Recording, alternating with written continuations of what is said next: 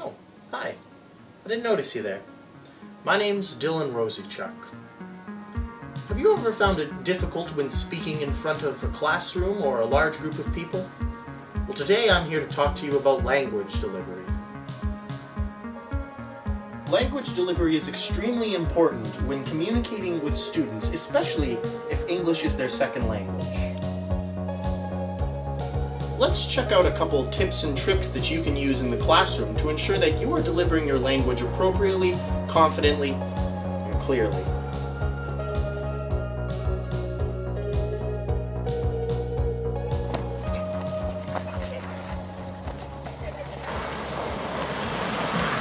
Hey, aren't you Dylan Roseychuk, that language delivery expert?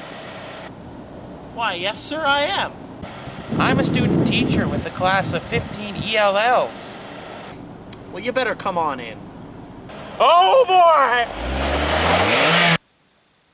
Can I get you something to drink? Why yes, do you have a Harvey's Bristol Cream? What kind of question is that? Of course I have Harvey's Bristol Cream. Well, I'll take some of that then, with a funnel if it's not too much trouble. One Harvey's Bristol Cream Sherry with a funnel coming right up.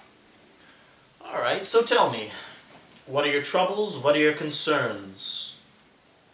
Those ELLs don't understand a cotton-picking thing I say.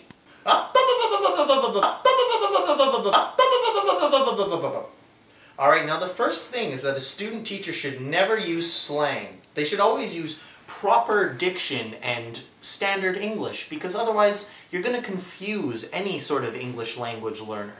So what you're saying is I should avoid awkward phrasing and stereotypes.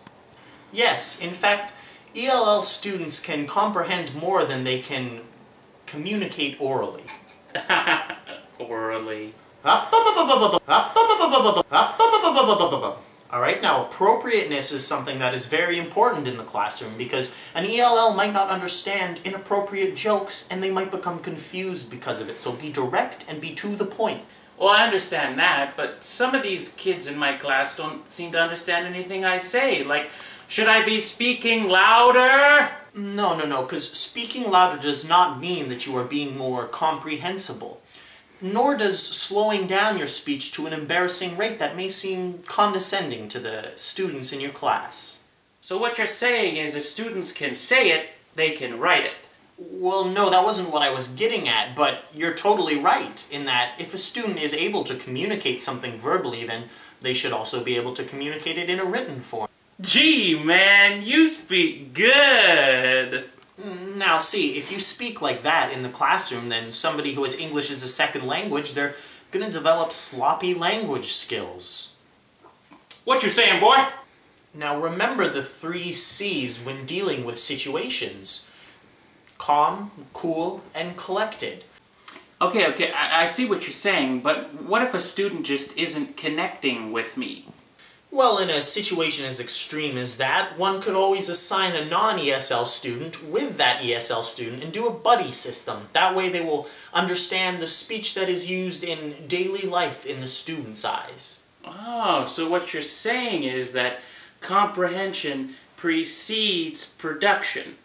Yes, that's exactly it. Comprehension always precedes production. One must comprehend what they are intaking every day to be able to produce something of equal value. One more thing though. Sometimes I, freeze up in the middle of a sentence and I don't know what to say. 2 things. 1, being prepared.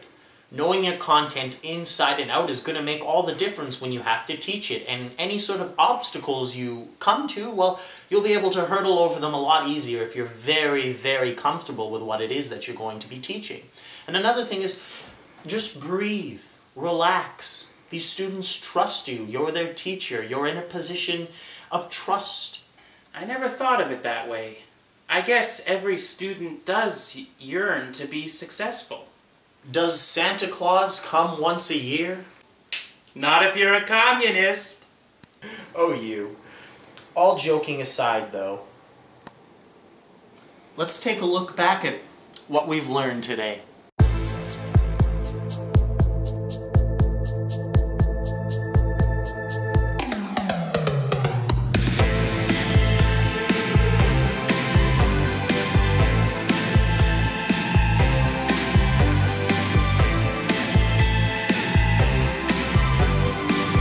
Thanks, Mr. Rosiechuck. I sure do feel a lot more confident now in the classroom. Bye! Oh. You're still here. That means I've forgotten something, isn't it? Oh! Right.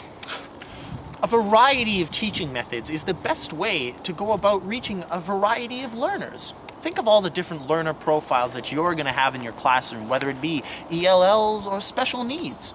You're going to need to be able to reach every single one of them. When you're speaking, when you're using a visual cue, when you're using an auditory cue, just remember that a variety of methods means a variety of students' needs being met. Ciao.